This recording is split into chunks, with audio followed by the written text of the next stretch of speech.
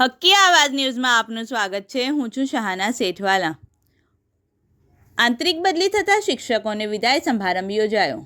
સાવલીના ગુતરદી ગામની પ્રાથમિક શાળાના શિક્ષકોની આંતરિક બદલી થતાં સ્થાનિક ધારાસભ્યની અધ્યક્ષતામાં વિદાય અને નવયુક્ત શિક્ષકોને આવકાર કાર્યક્રમ યોજાયો હતો।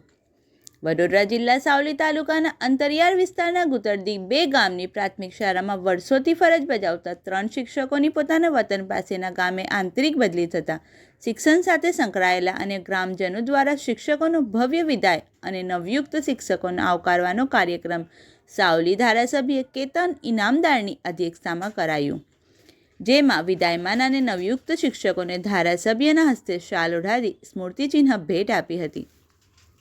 ગામડાના અંતરિયાળ વિસ્તારની પ્રાથમિક શાળામાં કોઈપણ અવરજવર માટે ભૌતિક સુવિધાઓના અભાવમાં પણ ફરજ બજાવતા શિક્ષકો પ્રશંસાને પાત્ર છે કહી ધારાસભ્ય શિક્ષકોની સેવાને બિરદાવી હતી। આ પ્રસંગે જિલ્લા પ્રાથમિક શિક્ષક સંઘના પ્રમુખ રણજીતસિંહ પરમાર સહિતના હોદ્દેદારો, સરપંચ, આચાર્ય, શિક્ષકગણ અને બહોળી સંખ્યામાં ગ્રામજનો અને અગ્રણીઓ ઉપસ્થિત રહ્યા હતા। રિપોર્ટ પરેશ પંડ્યા। આજરોજ ગુતરડી 2 પ્રાથમિક શાળાની અંદર ચાલુ વર્ષે અમારા આંતરિક જિલ્લા ફેરબદલી થતાં ગ્રામજનો, શાળાના પરિવાર દ્વારા બદલી થયેલા શિક્ષકો અને નવા આવેલા શિક્ષક મિત્રોનો સન્માન અને વિદાય સમારંભ કાર્યક્રમ રાખવામાં આવ્યો હતો। આ કાર્યક્રમની અંદર અમારા લોકલાડીલા ધારાસભ્ય આદરણીય શ્રી કેતનભાઈ ઇનામદાર બદલી થઈને ગયેલા શિક્ષકોને સન્માનિત કરવા અને આવેલા શિક્ષકોને સન્માનિત કરવા માટે ઉપસ્થિત રહ્યા હતા।